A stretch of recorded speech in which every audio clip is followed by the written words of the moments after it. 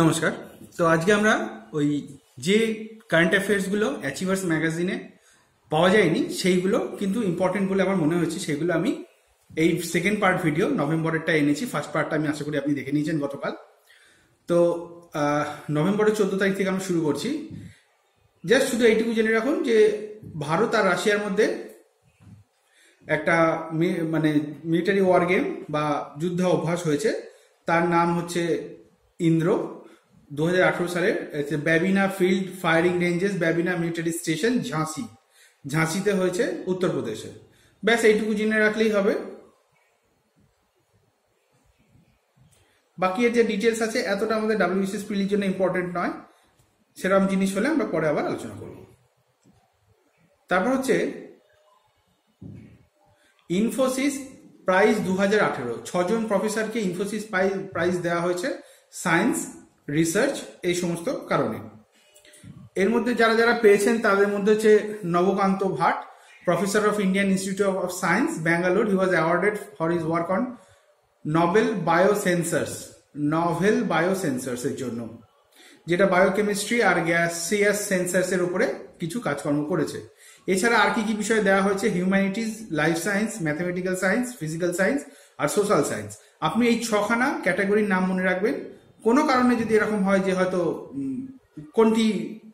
কোন ক্যাটাগরি অনুযায়ী দেওয়া হয় না, এরকম একটা কিছু প্রশ্ন যদি আসে সেই জন্য। তারপর ওয়ার্ল্ড ডায়াবেটিস ডে 14 নভেম্বর, একদম ইম্পর্টেন্ট, খুবই দরকারি। বিশ্বের মানে অনেক লোক, প্রায় ধরুন অর্ধেকের বেশি হয়তো, মানে আমি বিশ্বের বলছি না, মানে যে কোনো ডেভেলপড কান্ট্রিতে, উন্নত দেশগুলোতে প্রায় হাফের কাছাকাছি লোক ডায়াবেটিসে আক্রান্ত। Indian international cherry blossom festival Shillong from November 14। তাহলে চেরি ব্লসম একটা ফুল হয় যেটা সাধারণত জাপানেই খুব বেশি হয়, কিন্তু একমাত্র শিলংই ভারতবর্ষে এমন একটা আবহাওয়া রয়েছে যেখানে এই জিনিসটা দেখা যায়। এখানে পার্টনার কান্ট্রি জাপান, যা যা আছে সেই জিনিসগুলো আছে।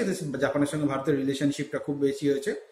যারা যারা টম ক্রুজের একটা ফিল্ম আছে দ্য লাস্ট সামুরাই, সেইখানেও এই চেরি মানে ফুটেছে, তার উপরে বিভিন্ন রকম শুটিংস রয়েছে, মানে গল্প আলাদা, কিন্তু একটা সিনের মধ্যে এইরকম যে চেরি ফুলটা ফুটেছে খুব সুন্দর দেখতে লাগে, এইটা দেওয়া আছে। এটা আপনার ইম্পর্টেন্ট, জেনে রাখা উচিত। 38 ইন্ডিয়া ইন্টারন্যাশনাল ট্রেড ফেয়ার, যেটা প্রগতি ময়দানে হয়েছে, জাস্ট একটু জেনে রাখুন। আর Afghanistan partner country, Nepal focus country, Jharkhand participating as partner state in the event. তার petroleum ministry sets up national data repository. কি জিনিস? মানে ভারতের কতগুলো সেডিমেন্টারি, মানে হচ্ছে ওই পাললিক শিলা, সেডিমেন্ট মানে তো পাললিক বা পলিজাতীয়, যতটা আমার ধারণা, সেখানে কতগুলো এরকম জায়গা আছে, তাতে কোন কোন জায়গায় গ্যাস পাওয়া যেতে পারে, সেই গ্যাসটা উত্তোলন করলে বা সেই তেল উত্তোলন করলে এখনকার যা কারেন্ট প্রাইস রয়েছে তাতে লাভ হবে কি লোকসান হবে, এই ধরনের পুরো একটা ডেটাবেস তৈরি করা, রিপোজিটরি তৈরি করা আর কি। দিয়ে যেরকম যেরকম দেশে প্রয়োজন হবে সেরকম ভাবে গভর্নমেন্ট উত্তোলন করতে পারে। তারপরে 6th Indian social work Congress মানে 2018-তে, ব্যাস এইটুকু যে সোশ্যাল ওয়ার্ক কংগ্রেস এটা হয়েছে।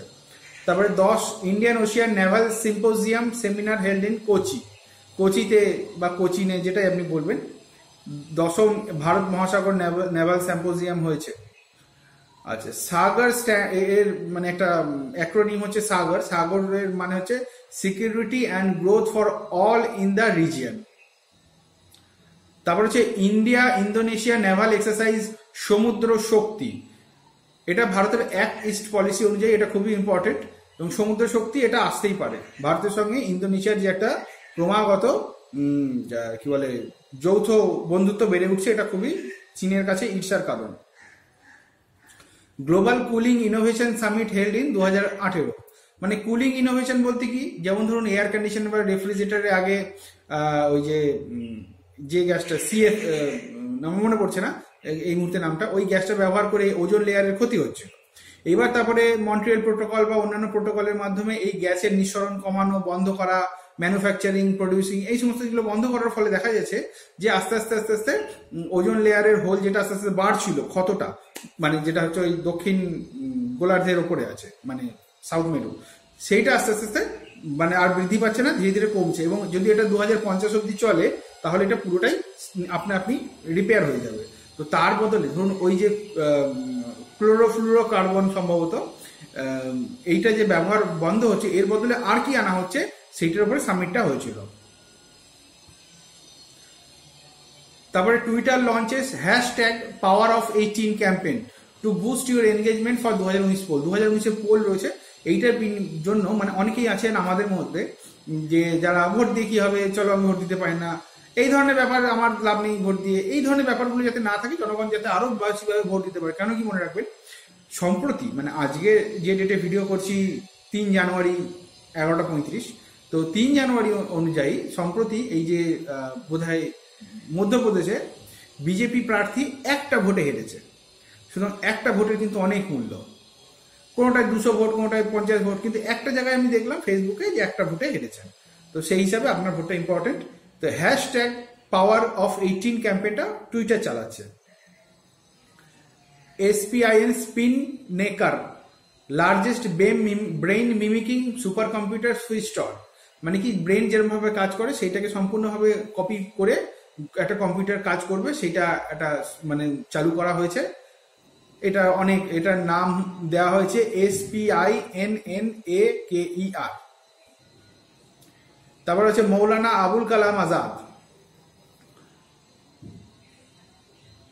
এর সম্পর্কে একটা ছোট্ট ইতিহাসের ব্যাপার আছে, মানে এটা ইতিহাস হিসাবে দেখতে হবে, এটাকে কারেন্ট অ্যাফেয়ার্স হিসাবে না। মৌলানা আবুল কালামের আজাদের ওপর একটা জীবনী, কেন কি এই বছর খুবই তাকে মানে আনা হচ্ছে সামনে।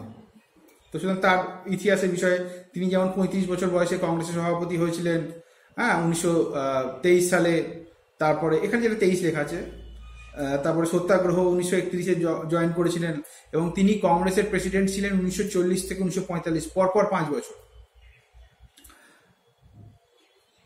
মানে প্রশ্ন যদি এসেই যায় যে কুইট ইন্ডিয়ার বা ভারত ছাড়ো আন্দোলনের সময় কংগ্রেসের প্রেসিডেন্ট কে ছিলেন, মৌলানা আবুল কালাম আজাদ, আসতেই পারে।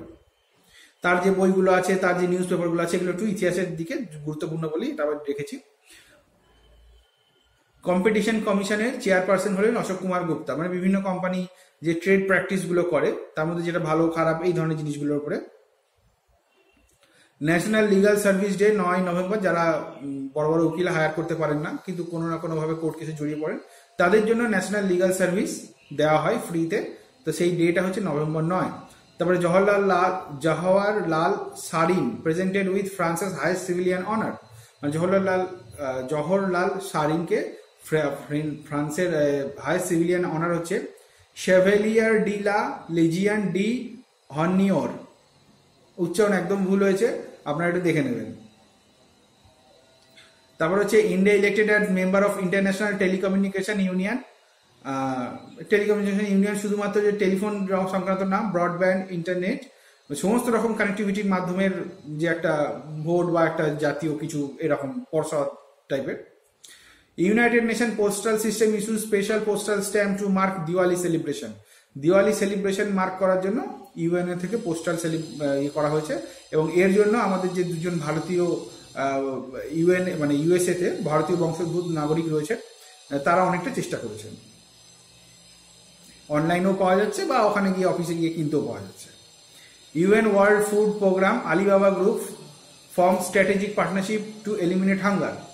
ইউএন এর যে ওয়ার্ল্ড ফুড প্রোগ্রাম আছে, যেখানে কি হয়, ইউএন বিভিন্ন দেশগুলো যেখানে খাবারের অসুবিধা রয়েছে, আর যে দেশে বেশি খাবার আছে বা যেগুলো হয়তো খাচ্ছে না, মানুষ নষ্ট হয়ে যেতে পারে, সেইগুলোকে নিয়ে প্রিজার্ভ করে বিভিন্ন দেশে দেশে বিলি করে। তার সঙ্গে আলিবাবা গ্রুপ জয়েন করেছে।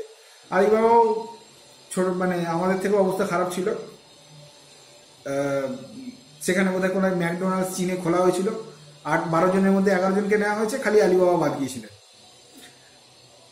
মানে লোকটার নাম আলিবাবা না, কিন্তু তিনি যা গ্রুপ খুলেছেন এখন হাই লেভেলে চলে গেছে। সুতরাং আপনাকে বাদ দেওয়া হচ্ছে, তার মানে এই না যে আপনি কিছু জানেন না, আপনার জন্য আরো বেটার অপরচুনিটি ওয়েট করছে যদি আপনি সেটা নিতে পারেন।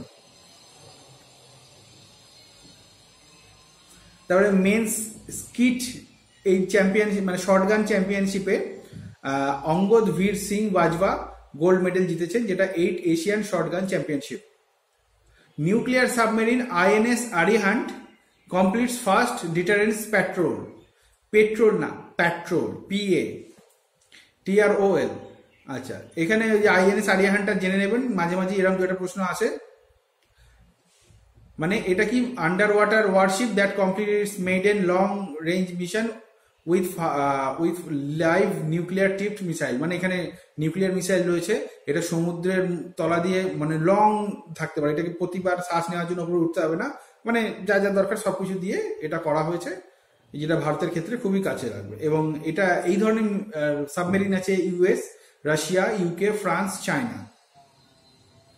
আর নিউক্লিয়ার ট্রায়াড মানে হচ্ছে ভারত একটা এমন একটা দেশ হয়ে গিয়েছে যে স্থল থেকে নিউক্লিয়ার মানে অস্ত্র মানে চালু কি বলে লঞ্চ করতে পারে, জলের তলা থেকে করতে পারে, আর আকাশ থেকেও করতে পারে।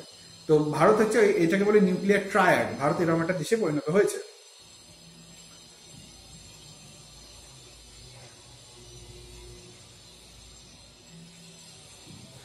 তারপরে ভারতীয় কোস্টগার্ড একটা শিপ মানে হাতে পেয়েছে, যেটা মানে তার নাম হচ্ছে আইসিজিএস। আইসিজিএস মানে ইন্ডিয়ান কোস্টগার্ড শিপ, আর শিপটার নাম হচ্ছে ওরাহা।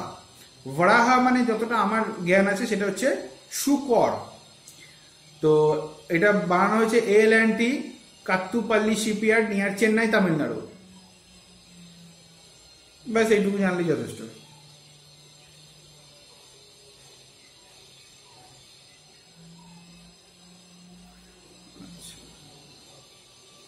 NDMC launches QR-enabled fridge magnets for digital payments of bills. ছেড়ে দিন। Dharma guardian 2018 first India Japan military exercise began in Vairengte, Mizoram. এটাও ইম্পর্টেন্ট, কেন কি ইন্ডিয়া জাপানের আগে কোনো রকম এরকম ছিল না যতটা আমার ধারণা। হ্যাঁ, লেখাই আছে ফার্স্ট জয়েন্ট মিলিটারি এক্সারসাইজ, ধর্ম guardian. Rahul Dravid inducted two ICC hall of fame.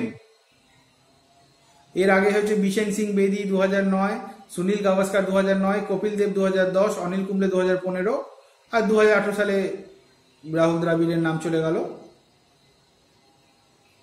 India successfully conducted night trial of Agni ballistic missile, মানে এখন অব্দি দিনেই পরীক্ষা করে দেখা গেছে, এখন রাতেও পরীক্ষা করে দেখা যাচ্ছে যে ওটা ঠিক জায়গায় মারতে পারছে কিনা, লক্ষ্যভেদ করতে পারছে কিনা। Harvard University selects Malala Yousafzai for 2018 Gleitsman award for promoting girls education. তিনি মালালা ইউসুফজাই মহিলাদের শিক্ষার উপরে খুবই কাজ করেছেন, সেই জন্য তাকে এই অ্যাওয়ার্ডটা দেওয়া হচ্ছে। আরেকবার নাম বলে দিচ্ছি, হার্ভার্ড ইউনিভার্সিটি দিচ্ছে মালালা ইউসুফজাই, যিনি পাকিস্তানের নাগরিক ছিলেন, এখন বর্তমানে ইউকেতে থাকেন বা অন্য জায়গাতে থাকতে পারেন। GLEITS MAN Gleitsman award for promoting girls education. Anupam Kher resigns as chairman of FTII, মানে film and television institute of India থেকে চিফ থেকে পদত্যাগ করলেন। Gulzar honoured with Indira Gandhi national integration award, মানে সে যে গীতিকার বা গান লিখেছেন গুলজার, সেই গুলজারকে করা হয়েছে। তো এই হচ্ছে ব্যাপার। এই এতটুকুই হচ্ছে নভেম্বর মাসের এক্সট্রাটা, যেটা কিনা অ্যাচিভার্সে নেই। ভিডিওটা এইটুকু, আপনাদের সাজেশনের জন্য আমি নিশ্চয়ই কমেন্টে আপনারা জানাতে পারেন। ভিডিওটা দেখার জন্য ধন্যবাদ, নমস্কার।